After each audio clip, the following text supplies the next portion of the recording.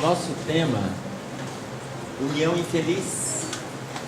Mas antes de nós iniciarmos propriamente do tema, aliás, a gente não vai ficar preso o tempo todo só em União Infeliz. Senão, na semana que vem, já tem que montar um outro seminário sobre depressão, por causa da união infeliz. Então, nós vamos falar de união. E aí a gente vai fazer as nossas avaliações, se elas estão infelizes ou não. O que a gente pode mudar? O que a gente pode corrigir? Vai ter gente saindo aqui falando assim, ainda bem que meu marido não veio. Outros vão sair, que bom que ele está aqui. Então, nós vamos fazer essas avaliações. Tudo bem? Bom, vamos fazer uma investigação lá na nossa infância. Vocês lembram daquele desenho, quer dizer, na nossa infância eu estou falando daqueles que estão na minha faixa etária, na média, né? Mas vocês lembram Vocês lembram o nome da esposa do super-homem? Lois Lane. Lois Lane é no filme, mas no desenho, qual o nome da esposa do super-homem no desenho animado? Ele não casou, não. Super-homem não casou, não. Lois Lane é no filme, depois eu vou explicar sobre o casamento dele no filme. Vocês lembram o nome da esposa do Batman? Vocês pensaram no Robin, né? É uma outra relação, futuramente a gente fala dela, mas hoje não é o dia de trabalharmos esse tema. Combinamos? E o nome do marido da Mulher Maravilha? Também não casou. Pode ser o Homem Invisível, mas não casou, porque a gente não viu. Vocês viram? Super-heróis não casam. Super-heróis não casam. Tá? Quem dá conta de casamento é a gente. Super-herói não aguenta isso não, gente. Você imagina o super-herói com um problema grave. Ele está com um filho adolescente irritado, que não o respeita, e ele vai ter que sair daquele bate-papo ali para salvar a Terra dos invasores. Ele não está dando conta de salvar a casa dele, ele vai salvar o planeta. Tá claro? Super-herói não casa. Tá? Agora, a gente pode fazer uma avaliação em outros desenhos. Vocês lembram o nome da esposa do Mickey? A Minnie é namorada. Não é? E a esposa do Pato Donald? Também namorou a encarnação toda. Tá certo? O Walt Disney já desencarnou, daqui a pouco ele reencarna e ele não casou os personagens dele aí. Tá? Olha, desenho animado quando casa, o que mais tem a ver com o nosso atual, porque vocês podem estar pensando assim, mas tem desenhos animados que casaram. Tem, por exemplo, os Flintstones, mas na Idade da Pedra. Não é verdade? Mas tem também os Jetsons, no futuro. No presente, o que parece com a gente é a família Addams. Como parece com a gente a família Addams? Eu até acho que a família Addams foi inspirado, pelo menos uma parte dela, foi em Paulo.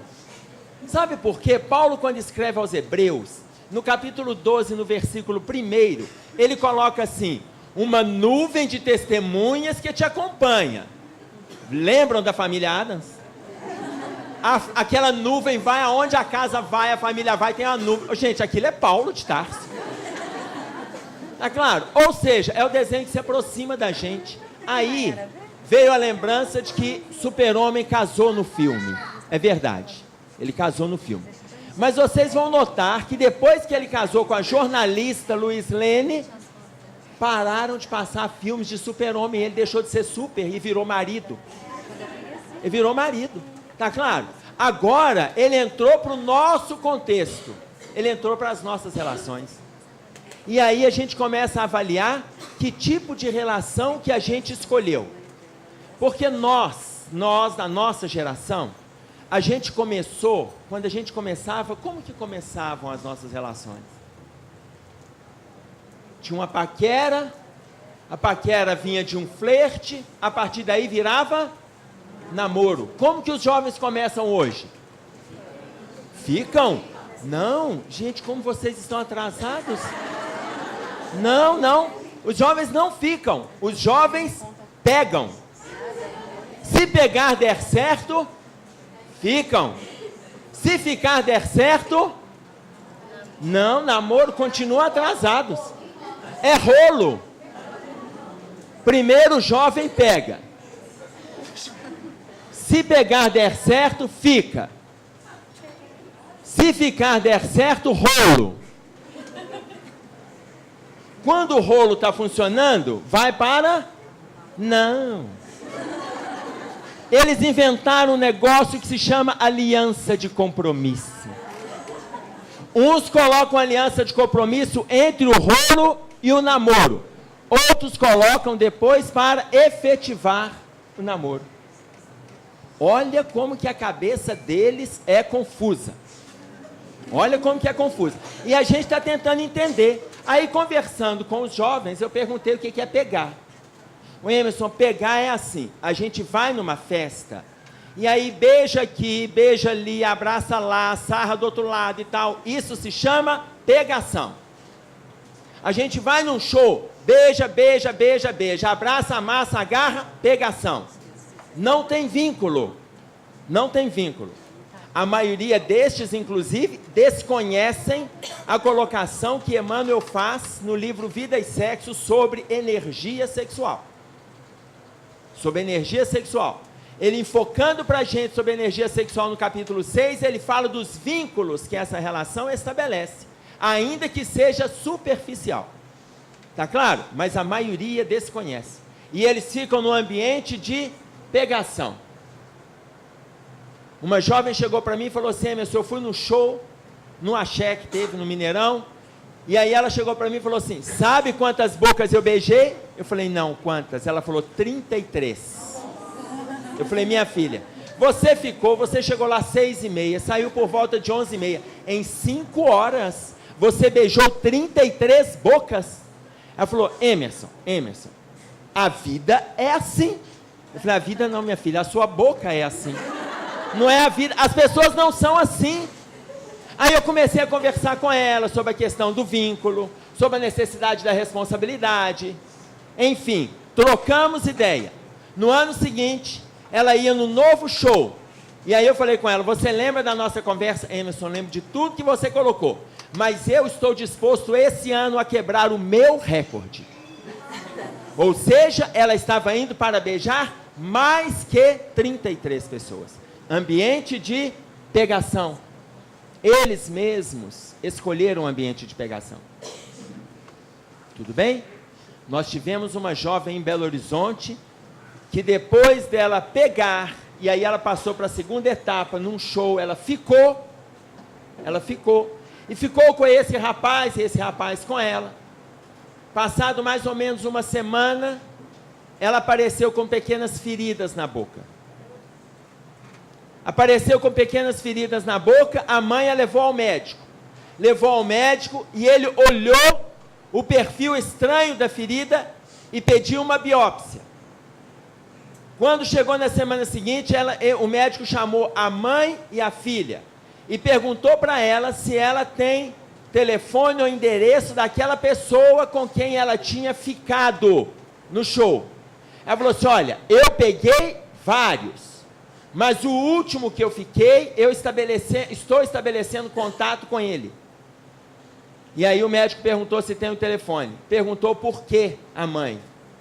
E aí ele falou assim: ela está apresentando uma bactéria que está consumindo com os lábios inferiores e nós vamos estancá-la com antibiótico, mas essa bactéria, ela vem a partir do momento que a pessoa entra em contato com o cadáver. Fizeram contato com o rapaz. A polícia foi na casa dele.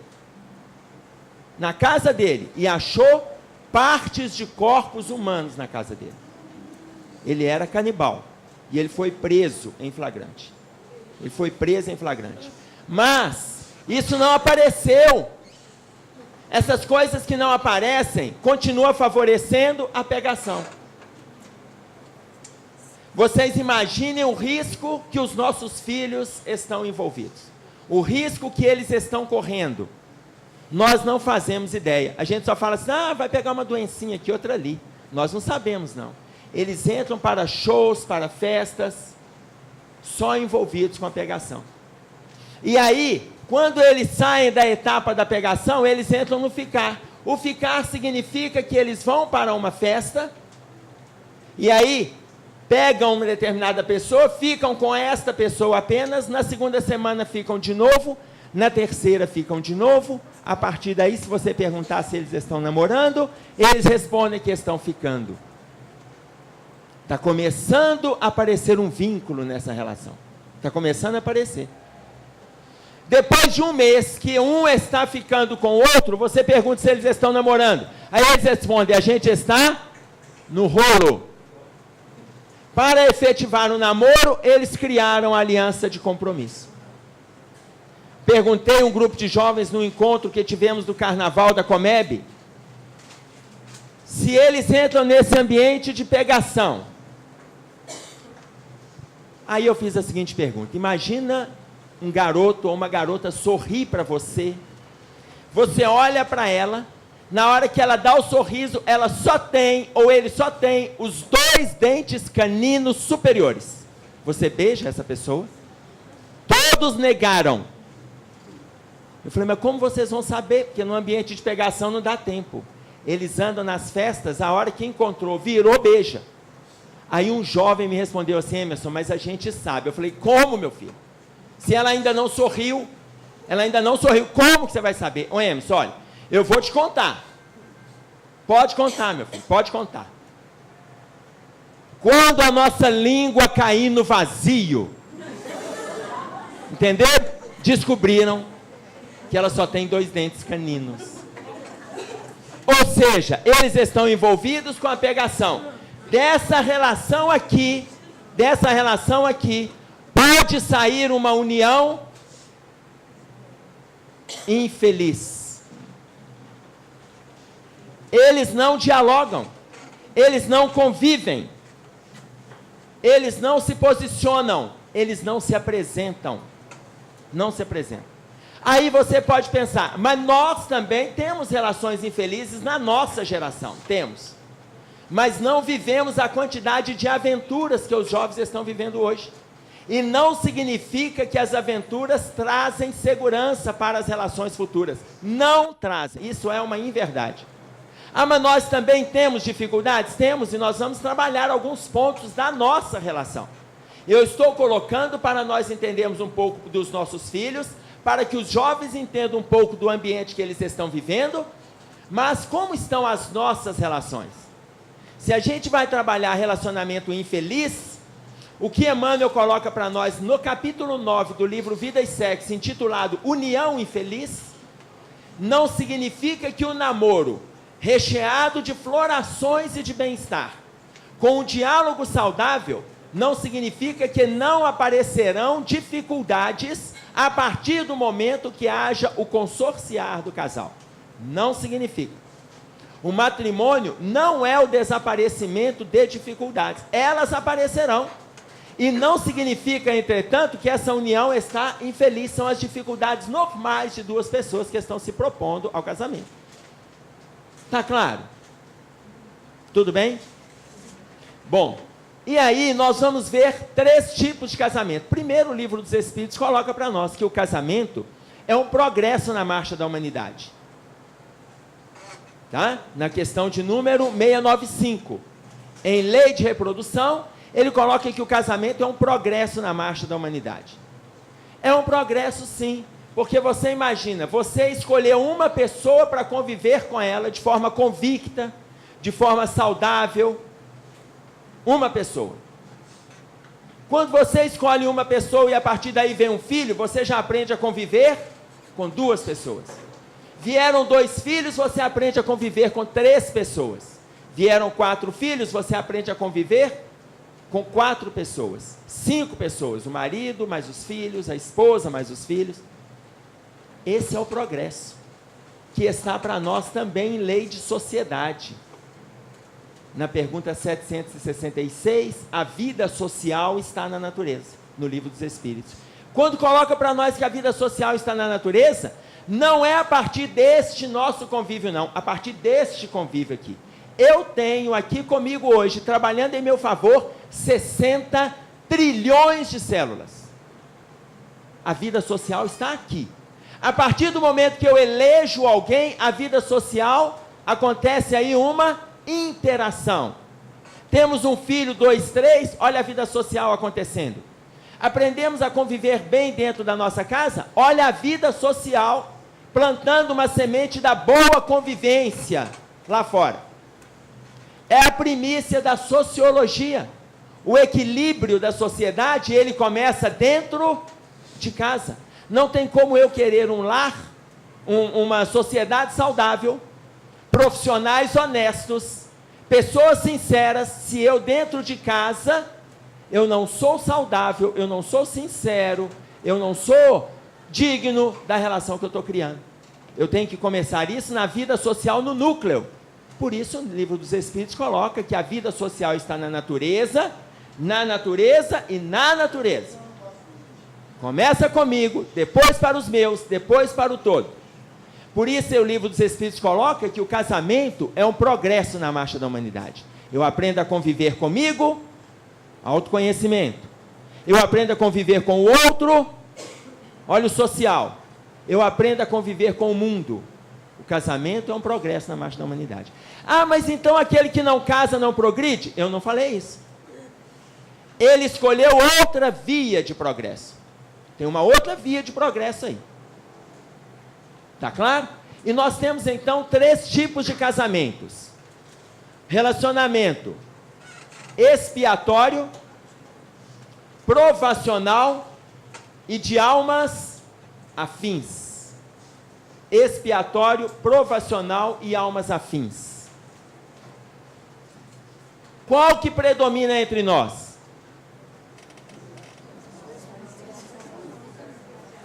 Expiatório, provacional. Quando eu estou trabalhando com os jovens e pergunto qual que predomina, eles me respondem bate pronto: almas afins. Quando eu pergunto para um grupo que está casado 3, 5 anos, eles me respondem provacional. Quando eu pergunto para esse grupo, eles me respondem expiatório. Porque para aguentar o que eu aguento, só espiando. Ou seja, é a pergunta 167 do Livro dos Espíritos que alicerça, que Emmanuel comenta para nós sobre a 167, onde fala qual é o objetivo da reencarnação. A pergunta é: qual o fim objetivado para a reencarnação? E eles respondem: expiação. Expiação. Essa pergunta Emmanuel usa para poder historiar o capítulo União Infeliz do livro Vida e Sexo. E ele trabalha em cima dessa questão. Expiação com X. O que é o X na matemática? Além da multiplicação, é uma incógnita. O X da matemática é o X do seu casamento. É uma incógnita o seu marido.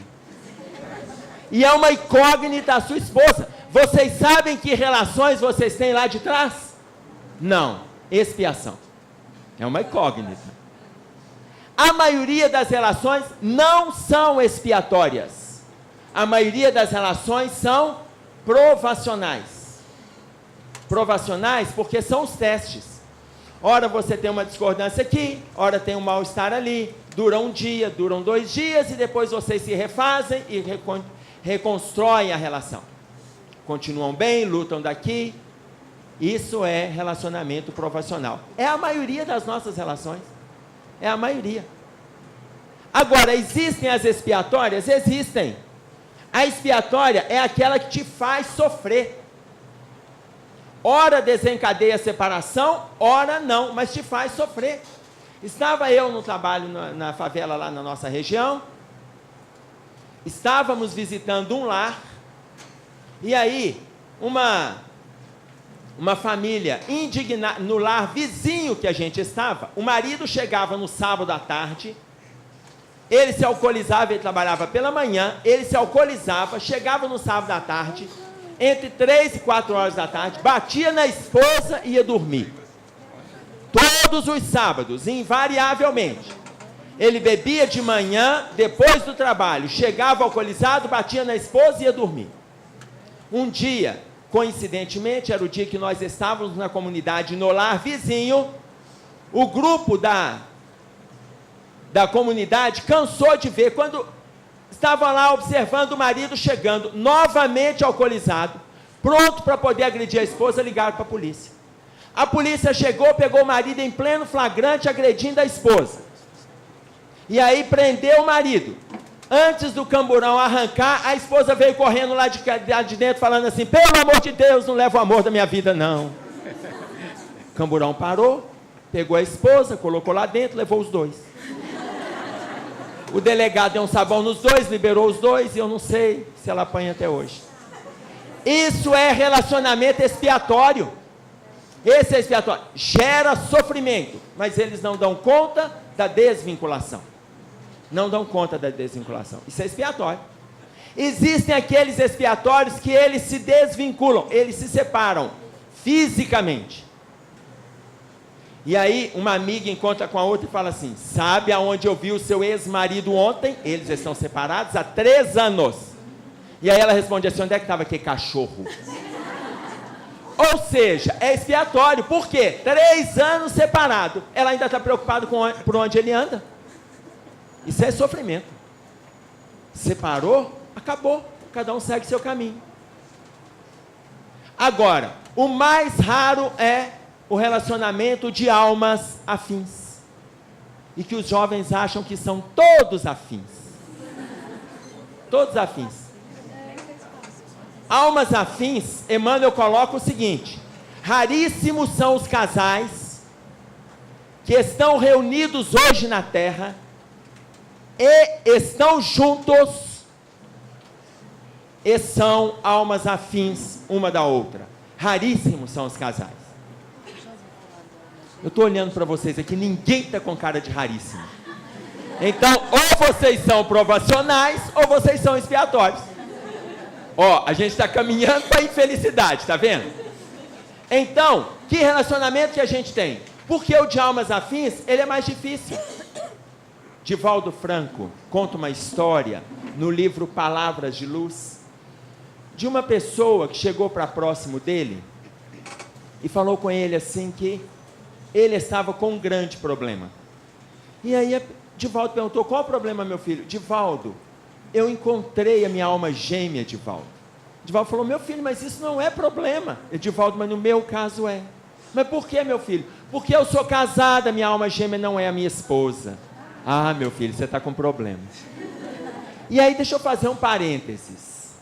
Vocês já notaram como que a alma gêmea só aparece depois que a gente casa? Por que a capeta não aparece antes? Se ela é gêmea, por que ela não chega primeiro? Por que a alma gêmea só chega atrasada? Eu nunca vi que gêmea é essa. Ah, claro, aí ela só chega atrasada. E é um tal do povo casado achar a alma gêmea depois de estar casado. E aí, ele conversou com o Divaldo, falou com o Divaldo assim: Divaldo, eu gostaria, porque eu pensei na solução do meu problema. Aí o Divaldo falou: qual solução, meu filho? Divaldo, eu gostaria que você conversasse com o Dr. Bezerra, porque como ele é o mestre na reencarnação e na desencarnação, ele vai desencarnar a minha esposa, eu vou me casar com a minha alma gêmea, e a minha esposa vai nascer nossa filha. E o Divaldo coloca que a proposta dele era nobre, ele até chorava quando ele falava. E aí Divaldo falou: tá bom, meu filho, tá bom. Isso lá em São Paulo. Quando ele chegou na Bahia, lá envolvido com a reunião mediúnica, Divaldo não falou nada com o doutor Bezerra. Falou: não vou ocupar o doutor Bezerra com essas coisas. No final da reunião, o doutor Bezerra falou assim: quanto à proposta do nosso irmão de São Paulo, diga-lhe que como ele me vê sendo mestre da reencarnação e da desencarnação, basta ele me autorizar. Eu vou desencarná-lo, vou casar a alma gêmea dele com o terceiro gêmeo, e ele vem filho da alma gêmea dele. Ele não gostou. Era de se esperar, tá? E no movimento espírita tem muito isso agora, né? Porque como não dá, o movimento espírita agora é o seguinte: como nós descobrimos a reencarnação e estamos fidedignos nessa certeza, não dá para essa encarnação, a gente já se compromete para outra. Olha, nessa não dá não, mas na próxima a gente vai vir junto. A gente está num tal de arranjar relacionamento para outra, a gente não está resolvendo o problema atual, gente. Como eu sou espírita convicto, e eu sei lá, né, se isso pode ser uma certeza, eu também conversei com uma pessoa que eu queria vir com ela junto na outra. E aí, conversando com ela, ela já me respondeu: a propósito, essa pessoa hoje é a minha esposa. E eu coloquei que eu gostaria de vir com ela de novo, como casados na próxima. E ela já me respondeu: com você, nunca mais. Eu falei: mas meu bem, Emerson, nunca mais. Meu bem, mas eu estou tentando. Emerson, se Deus me ajudar, eu vou com você até o final, mas só nesta. Eu falei: meu bem, mas por quê? Porque Deus vai me ajudar, mas eu vou com você até o final nessa, porque na próxima eu quero ter um marido só para mim. Eu falei: meu bem, mas eu sou o seu marido. Não, você é marido de muita gente. É o povo do trabalho, do consultório que te liga, são escolas que te ligam, o movimento espírita que te liga. Você está casado com muita gente, eu quero ter um marido só para mim. Eu falei: meu bem, mas isso é egoísmo. Ela falou: me dá o direito de ser egoísta na outra encarnação. Nesta eu não estou sendo, mas na outra eu serei. Então provavelmente não será com você. Ou seja, eu estou em luta nessa encarnação. Tá claro? Então, nós temos que avaliar que tipo de relação que a gente tem. Casamento é um progresso na marcha da humanidade. É um progresso. Tá? Agora, eles partem para a infelicidade? Não. A infelicidade, a união infeliz, é quando nós não damos conta de sermos coadjuvantes na relação. Nós não podemos depositar no outro a responsabilidade da nossa felicidade. Eu sou feliz com a pessoa que eu elegi, mas se ela não estiver comigo, eu também serei feliz. Se estiver com ela, estaremos felizes juntos. Mas quando nós entregamos para o outro a responsabilidade da nossa felicidade, nós já estamos programando a nossa infelicidade. O outro nunca será o responsável pela minha felicidade. Nem na condição de marido, nem de esposa, nem de filhos, nem de patrão, nem de amigos. O outro não pode ser o responsável pela minha felicidade. Eu faço o caminho da minha felicidade. Eu faço. E de mais a mais, se a felicidade está em toda parte, por que nós nunca a colocamos aonde a gente está? Por que nós achamos o jardim do vizinho mais bonito?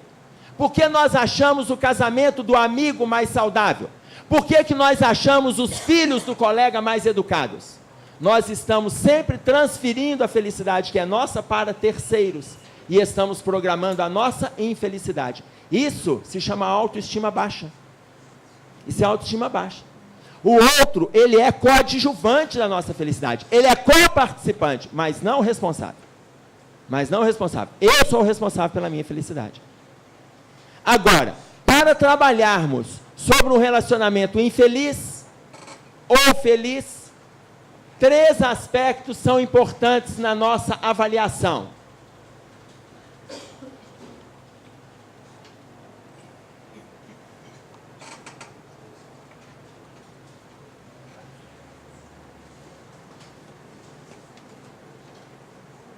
O primeiro, a crítica. A crítica.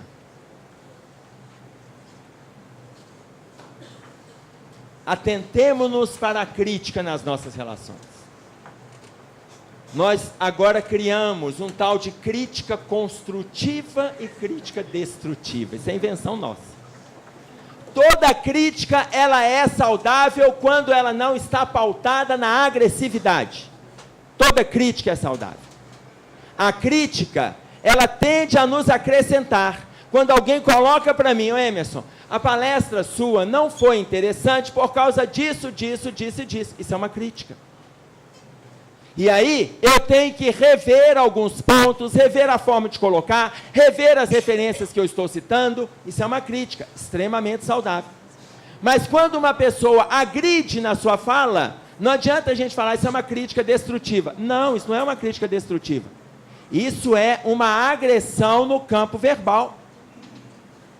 Então a crítica, ela é sempre necessária, ela é sempre importante, desde que a gente saiba se posicionar.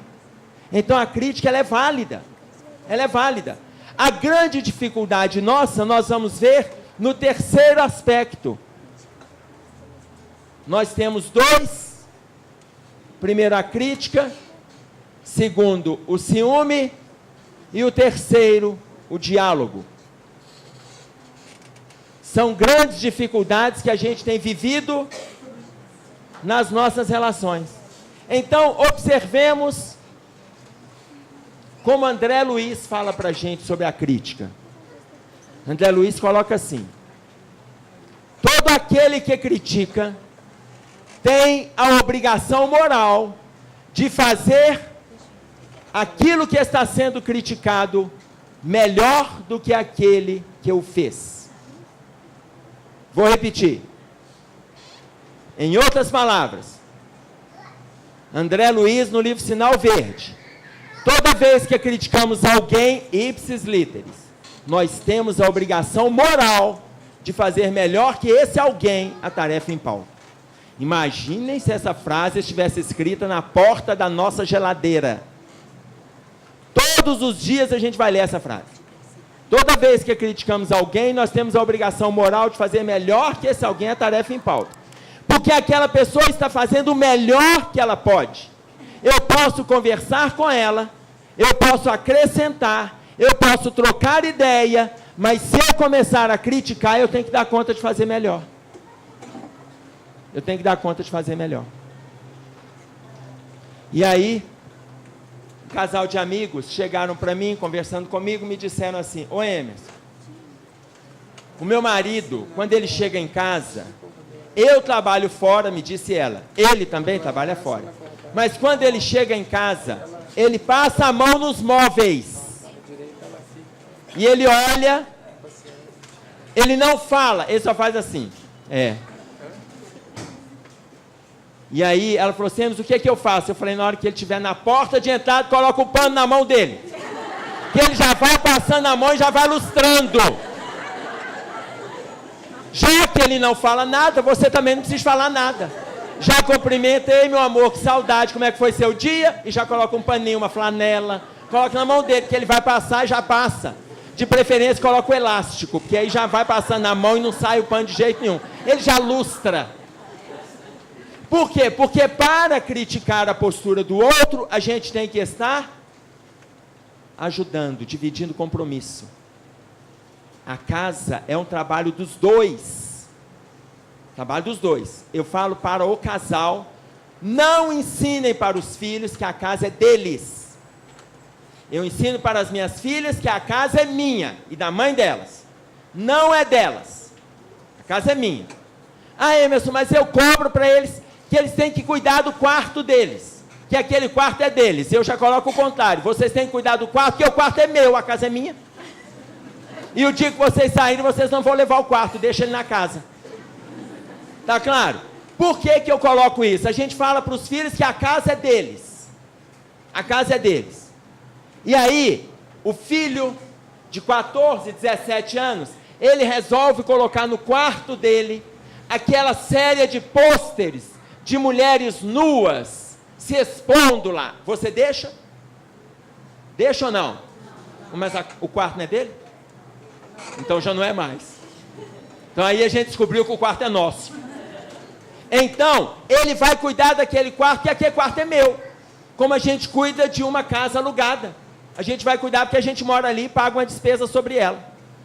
Tá claro? Então eles vão cuidar porque a casa é nossa. O marido e a esposa são os donos da casa. Eles são os donos. O compromisso de um é o compromisso do outro. Então não é ficar criticando, é ser coadjuvante. É se propor a ajudar. Ser coadjuvante nessa relação. Os dois podem fazer isso juntos. O marido, a esposa, ela fala assim: meu marido é muito bacana. Você sabe que ele lavou o banheiro para mim no mês passado? Ou no ano passado? E eu falo: por que que ele lava o banheiro para ela? Ele não usa aquele raio daquele banheiro? Ou ele usa o quintal? Então o banheiro é dos dois. Quando ele arruma a cozinha, ele fala assim: meu bem, eu arrumei a cozinha para você. Ele come lá ou ele come só em restaurante? Porque se ele come lá, a cozinha é dele. Ele não arruma a cozinha para ela. Ele não lava o banheiro para ela. Ele cuida da casa dele como ela cuida da casa dela. A casa dos dois, a casa do casal. E o homem, vou contar um segredo para vocês, que vai ficar divulgado pelo visto. O homem, quando ele vai fazer xixi, ele tem o hábito de errar o vaso sanitário. É uma coisa espantosa. Uma boca do vaso sanitário daquele tamanho. Hoje eu vou contar para vocês por que o homem erra. Hoje vocês vão sair daqui sabendo. Mas isso tem a ver com a doutrina espírita? Ou se tem, isso tem a ver com o autoconhecimento. Até com o exercício de paciência, imagina o vaso daquele tamanho, o homem vai fazer o xixi. E aí ele erra o vaso sanitário. Ele erra porque ele quer fazer o xixi entre a borda e a água. Ele não quer que faz barulho quando o xixi dele cai na água. Olha como é que o homem é complicado. Ele não quer que faz barulho. Então ele entra para fazer xixi, ele fica mirando.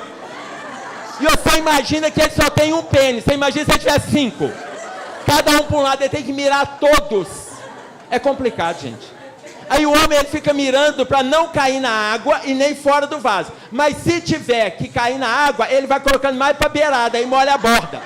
Quando molha a borda, pinga no chão.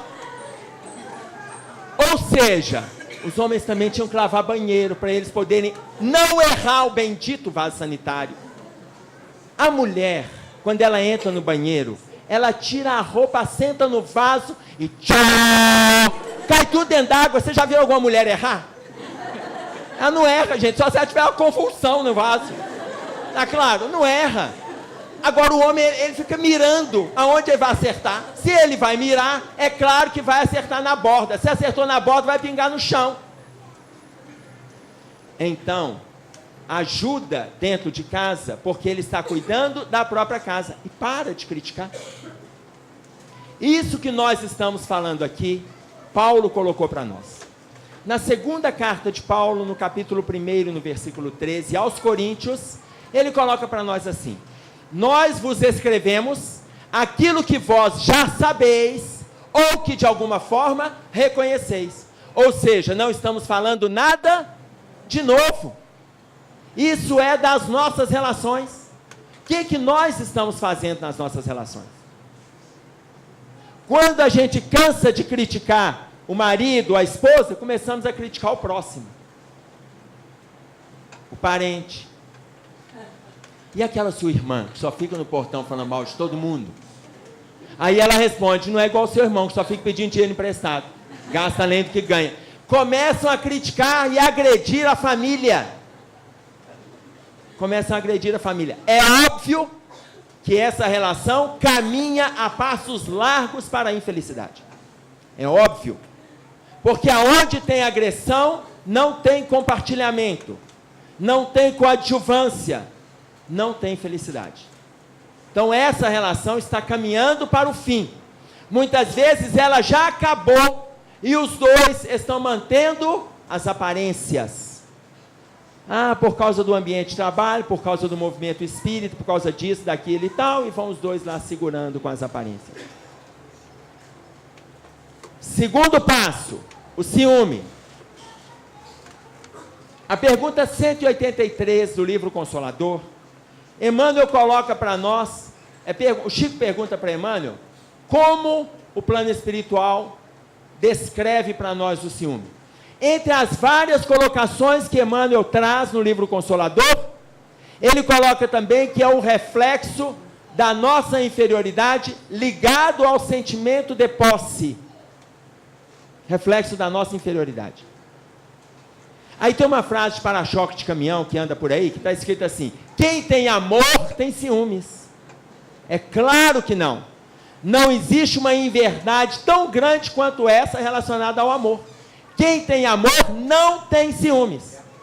É por nós carregarmos ainda o ciúme, é que nós não amamos de forma efetiva, porque a gente quer o outro para nós. O outro é meu. O filho é meu. A esposa é minha. Aí Khalil Gibran, no livro O Profeta, falando no texto Os Filhos, mostrando para nós a importância do desprendimento, ele coloca para nós assim: vossos filhos não são vossos filhos. São filhos e filhas da ânsia da vida por si mesma. Vêm através de vós, mas não de vós. E embora vivam convosco, não vos pertencem. Ou seja, eles são filhos de Deus. Estão conosco, mas não são nossos. O marido e a esposa está conosco, mas não é minha, não é meu. Então, é o sentimento de posse. Ora, se posse é uma prisão, o que liberta?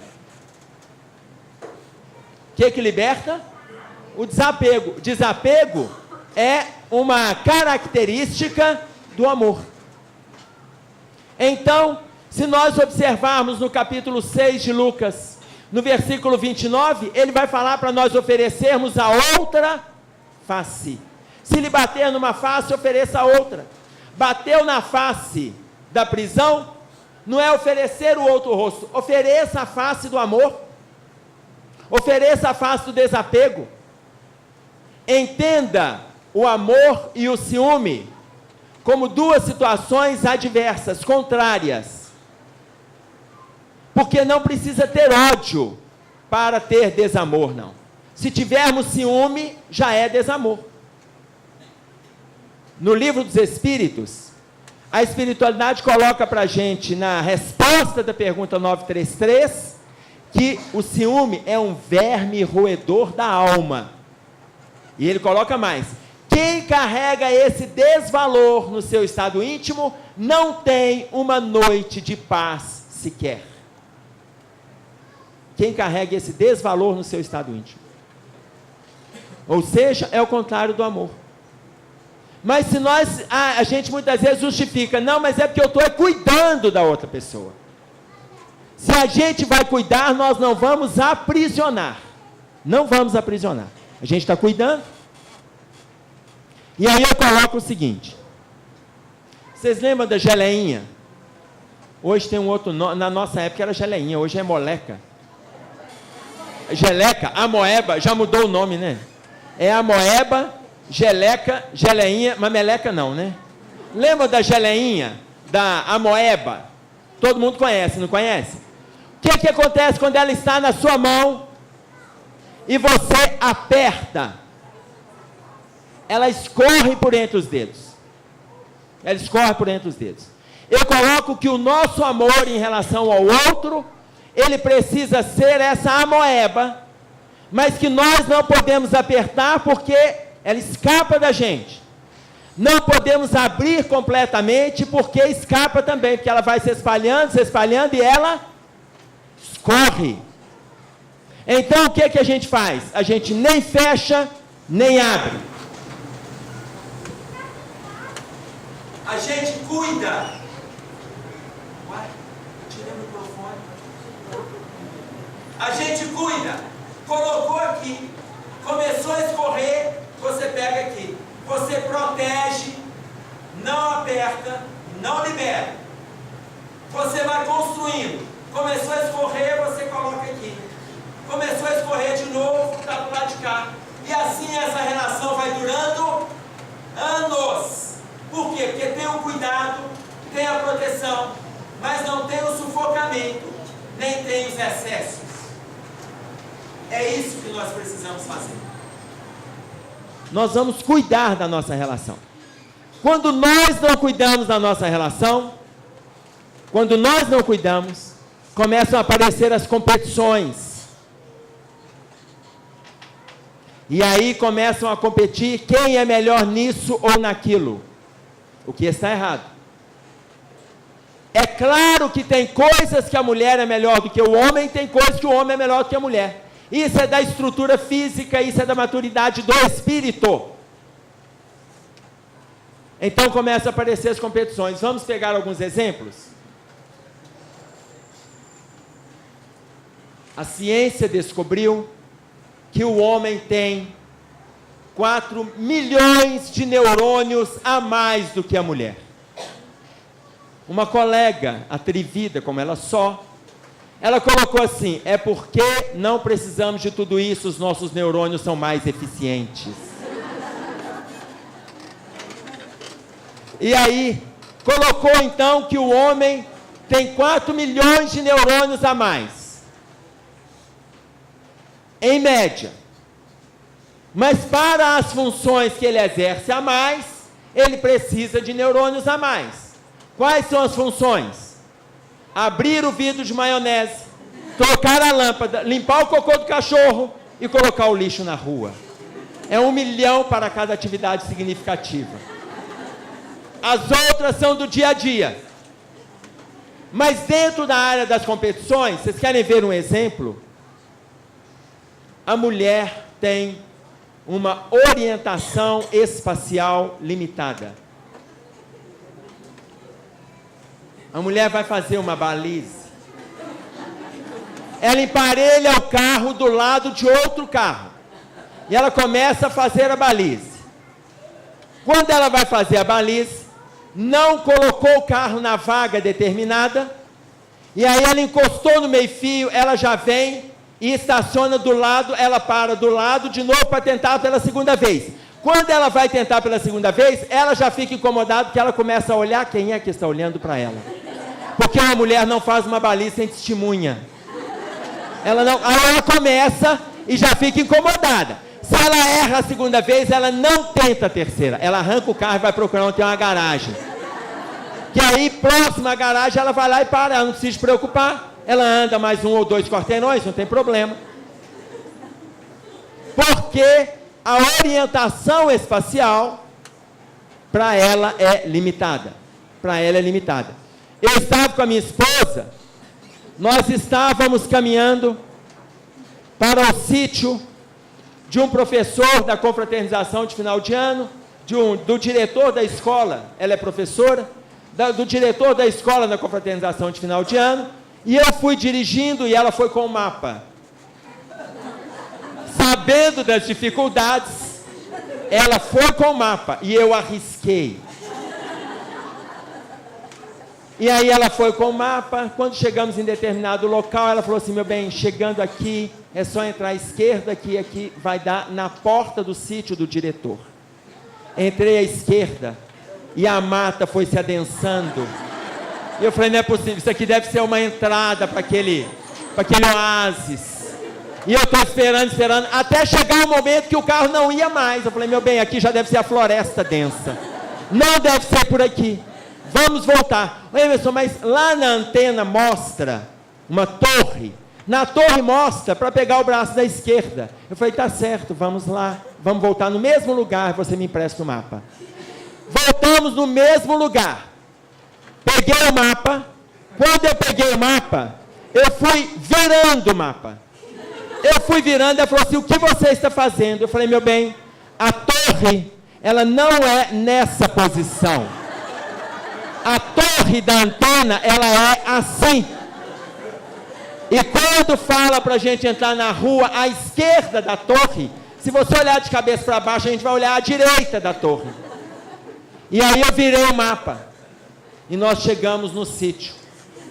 É a orientação espacial. É a orientação espacial. Certa vez, eu estava indo com ela para a gente sempre saiu de casa passando por um caminho. E aí eu resolvi ir passando por um caminho, que é um caminho mais rápido e tal. E aí na hora que eu estava voltando, depois de muito tempo fazer esse trajeto, eu estava voltando e ela me perguntou assim: por que você está voltando por um caminho diferente? Eu falei: meu bem, a gente vem todos os dias por esse caminho. Mas que a gente não volta por esse, eu nem conheço essa rua. Eu falei: meu bem, a gente vem todos os dias por esse caminho. Ela só conhece a ida, ela não conhece a volta. É a orientação espacial. Mas se a mulher tem essa dificuldade na orientação espacial, o homem tem um problema grave que se chama campo visual. Campo visual. O homem não enxerga as coisas. Ele não enxerga mesmo. Isso não é uma inverdade. Não é. O homem, ele tem o olhar dele direcionado. O olhar dele é direcionado. Se o homem saiu de manhã, tirou a mesa do café, quando ele chegou à noite, ele foi fazer um lanche, ele abre a porta da geladeira e fala assim com a esposa: cadê a manteiga que estava aqui? Ela grita lá do quarto: está aí. Ele fala: não está. Ela fala: está. Ele fala: não está. Ela sai lá do quarto pisando duro, abre a porta da geladeira, mete a mão lá dentro e faz aparecer um pote de manteiga. É uma mágica. E ele não viu. Ele não viu. Ele acha que ela veio com a manteiga do quarto. Estava na manga da blusa. Truque de mágica. Mas porque o homem, ele vê direcionado. Quando ele abre a porta da geladeira, de manhã quando ele saiu, ele deixou a manteiga na prateleira de cima. Só que ela foi, mexeu, os filhos mexeram e tal, e a manteiga ficou lá em cima, naquela parte de vidro, em cima do gaveteiro. E aí, na hora, ele abre e ele só vê a prateleira de cima, ele não viu o resto da geladeira. Porque a visão dele, ela é de profundidade, a visão dele não é do todo. O adolescente faz as mães sofrerem com eles por causa disso. Ele abre a gaveta e fala assim: cadê a minha meia? E ela fala: tá aí. E ele fala: não tá, não tá. E ela só falta de lá falar assim: está no quadrante do interior, à sua esquerda, mais ou menos a 30 centímetros da sua mão. Porque ele não enxerga. Ele abre a gaveta, olhou na beirada, ele não procurou na gaveta. Ele olhou na beirada e já grita. Não enxerga mesmo. Eles não estão irritando a mãe, não, é verdade. O campo visual do homem é limitado. É limitado. É tão limitado que quando o homem ele está dirigindo, o seguro de carro de homem, ele é mais caro do que o seguro de carro de mulher.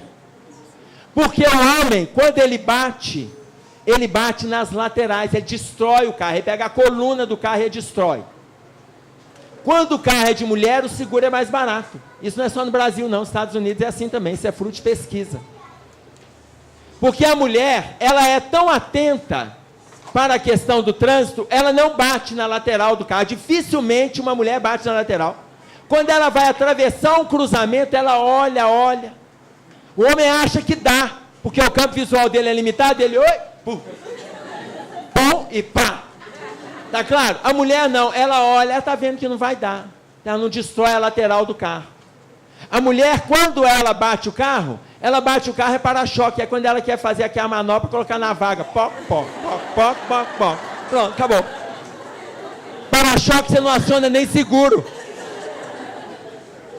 Por causa da orientação espacial, ela vai ajeitando ali e encaixou. O homem não, ele sai destruindo as laterais do carro. Então o seguro do carro de homem masculino é mais caro. Campo visual. Agora, nós vamos entender o porquê dessas diferenças, porque elas aparecem quando a gente começa a competir na linha do ciúme. E aí eu faço uma pergunta para vocês. Quem fala mais, o homem ou a mulher? Alguém tem dúvida?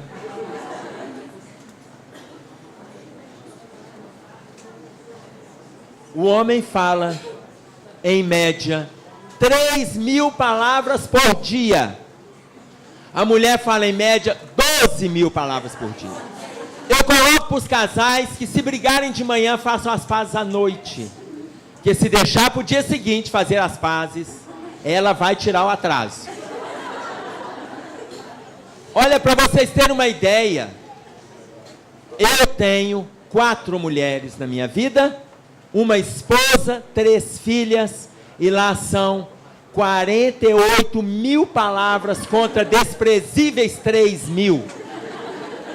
Elas levantam a mão quando estamos à mesa para ver qual delas vai falar primeiro, para eu ouvir. E aí, certa vez eu entrei em casa, as minhas 2 filhas mais velhas estavam na sala e me contaram um problema que aconteceu no colégio.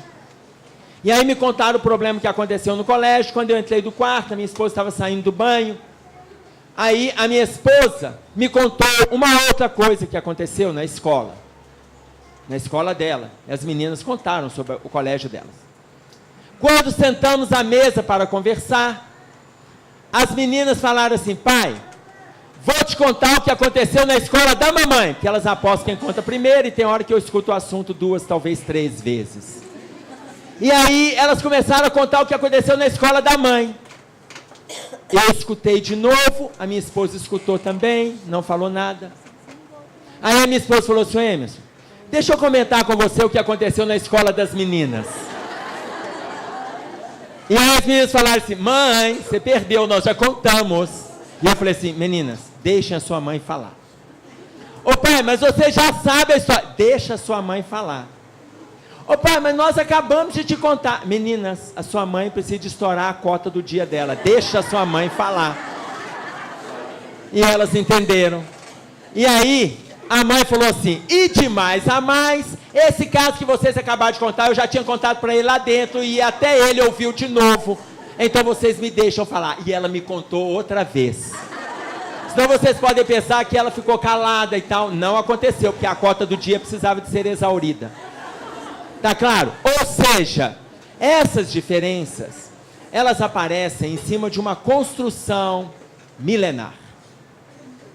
Lá na época do primitivo, o homem, ele saía para caçar. Quando ele saía para caçar, ele ia com os chefes de outras tribos. E aí, ele não podia conversar, porque iria assustar a caça.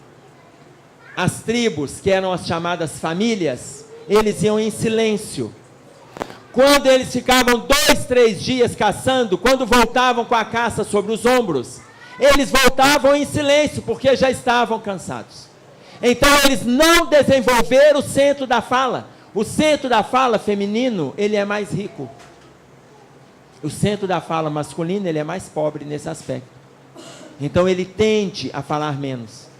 A mulher, ela ficava em casa cuidando da cria. Como ela cuidava da cria, ela desenvolveu a verbalização. Tanto que as crianças hoje, na primeira infância, 2, 3 até 4 anos, que convivem mais tempo com a mãe, tende a ter uma verbalização mais rica do que aquelas que convivem mais tempo com o pai, porque o pai fala pouco.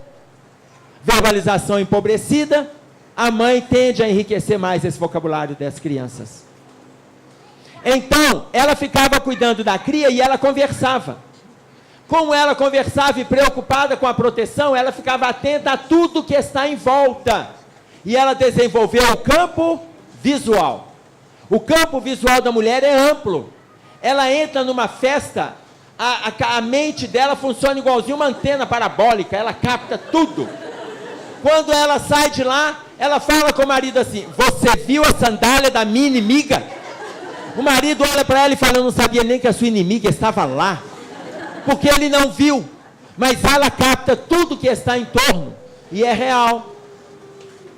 Por outro lado, como o homem saía para caçar e voltava, saía para caçar e voltava, saía e voltava, ele desenvolveu a orientação espacial, o senso de localização. Ele ia e voltava, então ele desenvolveu o senso de localização. Tanto que na Inglaterra, no aeroporto de Londres, quando chegam turistas e vão comprar mapas, existe um mapa tradicional que é vendido e oferecido para os homens. E existe um mapa que é um livro que é oferecido para as mulheres. Porque cada página tem uma atração, um shopping, um prédio que chama atenção, um museu, uma galeria. Por quê? Porque as atrações prendem a atenção dela e ela dá conta de se localizar melhor. Então, são habilidades diferentes que os dois, debaixo do mesmo teto, vão trabalhar no processo de reconstrução da relação. Essa coadjuvância evita a infelicidade de uma união. Porque não tem competição, tem acréscimo, tem soma. Os dois crescem, os dois aprendem, os dois se nutrem. Mas a maior dificuldade nas relações é o diálogo. Os casais não querem conversar. Não querem conversar. Os casais não estão trocando ideia. A mulher fala. Quando ela pergunta ao marido assim: e aí? Ele fala assim: aham. Mas o que você acha? Do jeito que você achar melhor. Ela falou quase 10 minutos. E ele não aprofunda no diálogo. É a dificuldade dele. Como o centro da fala masculino já é pouco desenvolvido, ele tem que se esforçar para aprofundar no diálogo. E ela tem que se esforçar para ouvi-lo. Porque como o dela é muito desenvolvida, ela não fala, ela dispara. Então, os dois têm que entrar em acordo nessa relação. Os dois têm que entrar em acordo. Os dois precisam se comunicar. Eles precisam. Eu, conversando com a minha irmã, antes dela se casar, eu falei com ela assim: minha irmã, não casa. Emerson, mas por que não casa? Essa relação sua, ela não está boa. Eu estou vendo o namoro de vocês. Já tinha lá uns 3 anos de namoro, não casa. Vocês estão discutindo muito, estão brigando muito. Ele tem um problema grave com o alcoolismo, você não aceita. Vocês estão brigando, já tem 3 anos de mal-estar. Não casa. Para que essa pressa? Eu vou casar, Emerson, eu vou. Eu gosto dele, vai dar certo. Eu não estou falando do dar ou não dar certo, eu estou te pedindo para ter um pouco mais de paciência. Para que essa pressa? Não casa. Eu vou casar. Casou. Passou um ano, passaram-se 2, 3, veio a primeira filha. 4, 5 anos. E as agressões estavam avassaladoras. O quadro foi agravando, agravando. Ela ligou para minha tia e falou para minha tia assim: tia, eu não aguento mais, tia, eu vou separar, eu não aguento mais. Ô tia, mas eu vou te pedir uma coisa, pelo amor de Deus, tia, não conta para o Emerson não, porque ele pediu para eu não casar. A minha tia falou: de jeito nenhum, minha filha, não conta, pode ficar tranquila. Desligou o telefone e me ligou: Emerson, oi tia, sabe quem está separando? Não tia, quem? Sua irmã. É mesmo tia. Emerson, pelo amor de Deus, ela pediu para eu não te contar, porque ela sabe que você não queria que ela casasse. Não tia, eu não vou contar. Emerson, não conta para ela. Não tia, eu não vou contar para ela. Então tá, Emerson, posso confiar? Pode confiar. Emerson, não fala para ela que eu te falei. Não tia, fica tranquila. Desliguei o telefone, liguei para minha irmã. Minha irmã, você está separando? E ela falou: quem te contou? Eu falei: minha mediunidade.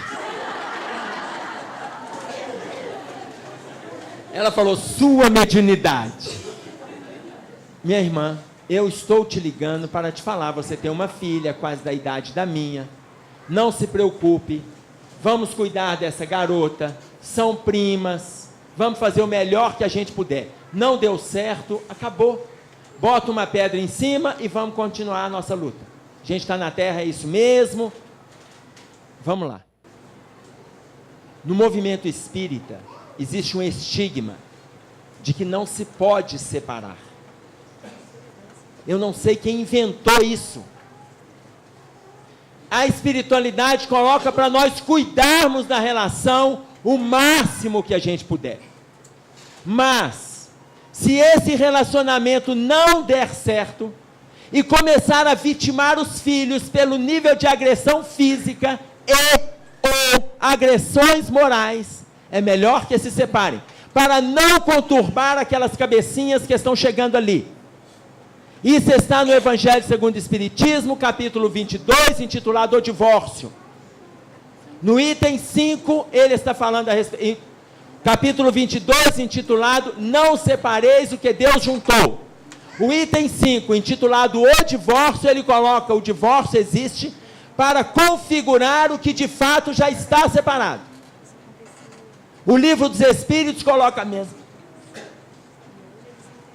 O livro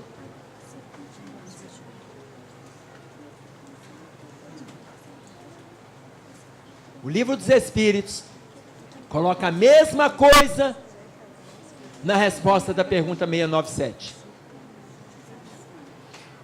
O divórcio é uma lei humana para configurar aquilo que não está dando certo na proposta dos dois. O Evangelho segundo o Espiritismo, nesse mesmo capítulo 22, no item 3, ele fala assim: o amor não é um sentimento que irá nascer a partir do momento que o casal se dispõe a assinar um documento diante do juiz. Não se nasce sentimentos de amor na frente de um juiz, assinando um documento em cartório. É um sentimento da alma. Então, o divórcio configura aquilo que de fato já está separado. Se as agressões estão graves, não está dando certo aquela relação, é melhor que se separe para não agravar os problemas futuros, inclusive para os filhos. Mas se dá para refazer, se dá para dialogar, dá para melhorar essa relação, então vamos melhorar. Vamos fazer o melhor que a gente puder. Ah, mas a gente briga. Eu não gosto dela como eu gostava antes. O tempo passou, o corpo mudou, o diálogo transformou, as cabeças amadureceram. É claro que o sentimento também transformou. Eu gosto de uma outra forma, tanto que a gente está junto. Ah, mas ela já não concorda com isso ou aquilo, é sinal de que ela amadureceu. Por que a gente tem que concordar com coisas de 15, 20, 30 anos atrás? A gente muda. Todo ser humano muda. Embora eu coloque o quê? O homem casa com a mulher, achando que a mulher não vai mudar. E a mulher muda. E a mulher casa com o homem, achando que o homem vai mudar. E o homem não muda. O homem tem muito mais dificuldades de lidar com a mudança do que a mulher. Porque na cabeça dele, mudar significa insegurança. E não é. Mudar significa instabilidade. Não é. É revisão de postura. É coadjuvância na relação. Mudança de postura necessária para o nosso crescimento. Todos nós precisamos lidar com a mudança. Mas os casais não querem conversar. Aí eles não conversando, assumem uma posição dentro de casa de emburramento.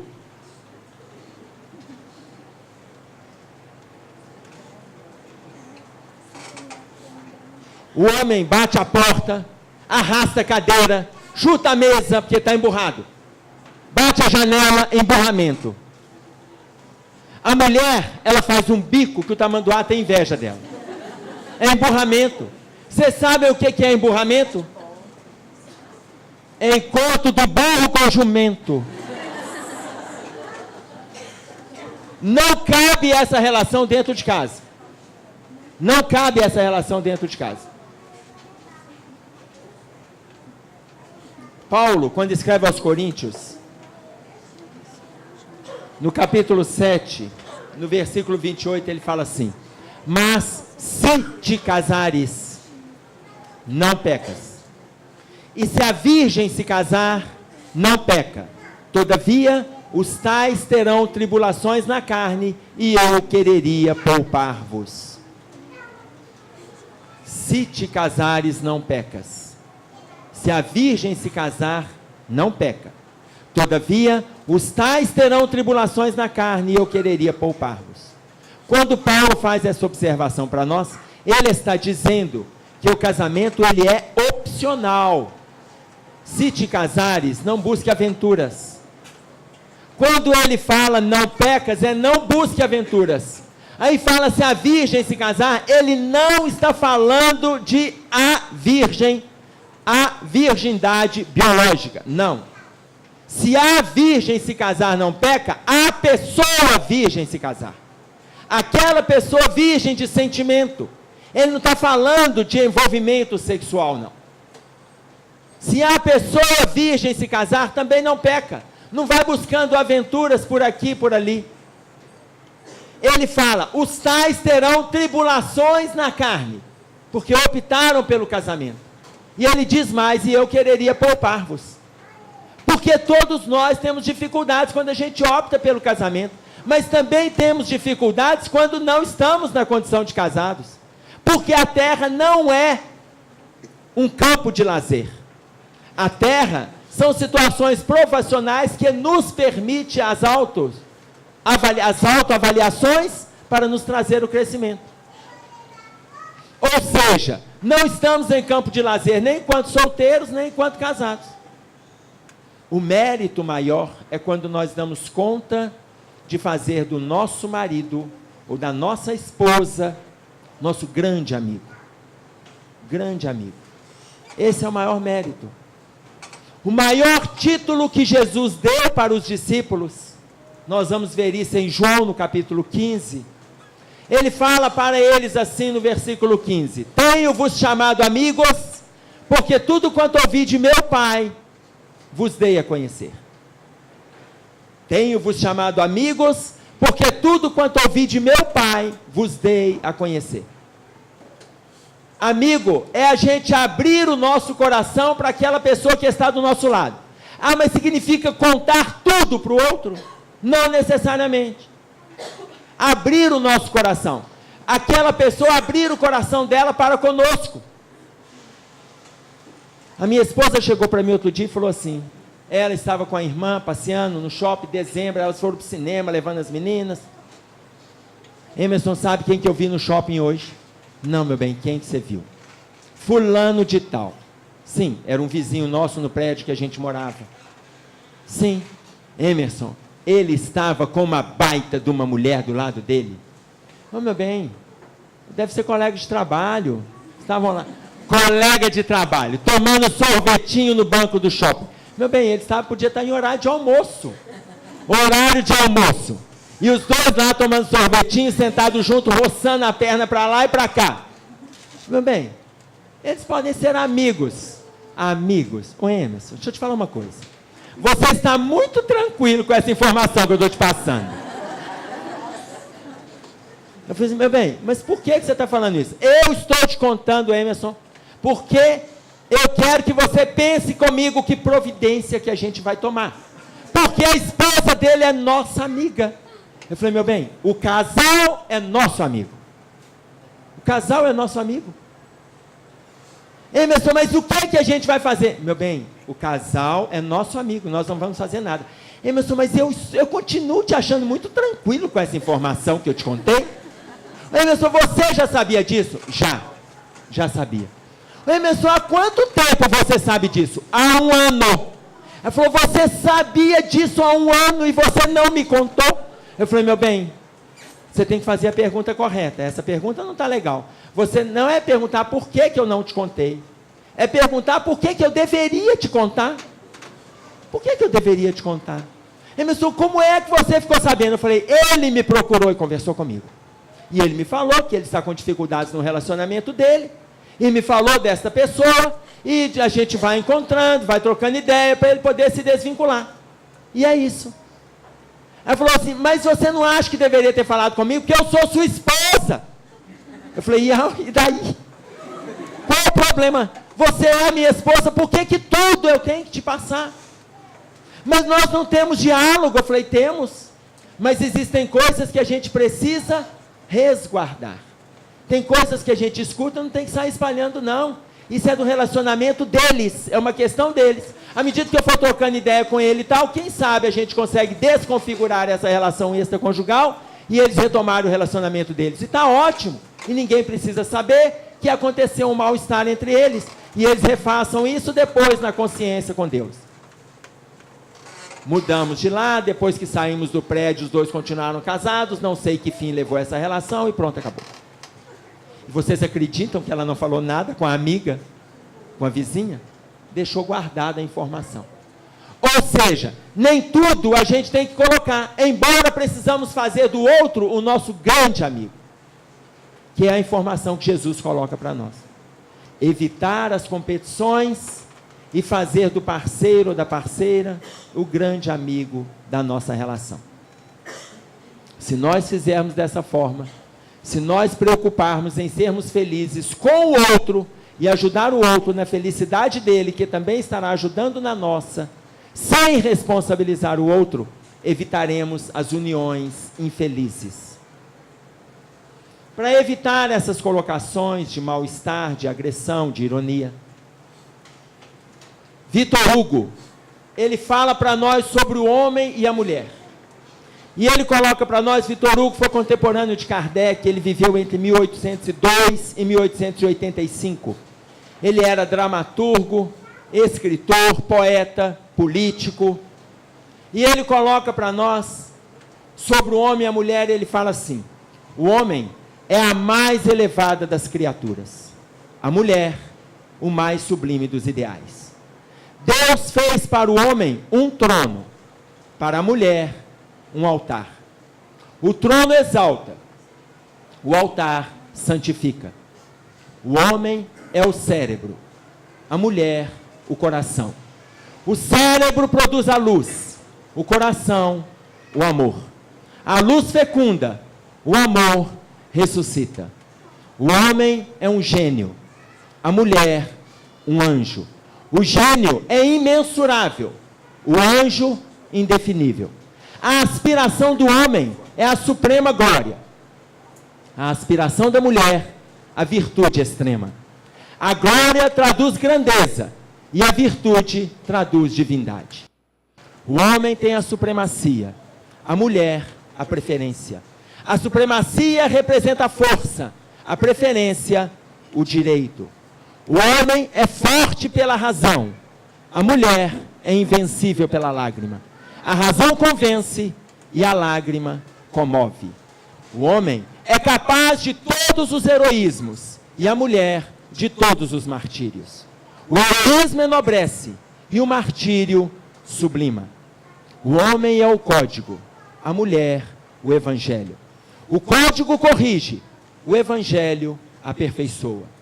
O homem é um templo, a mulher um sacrário. Ante o templo, nós nos descobrimos.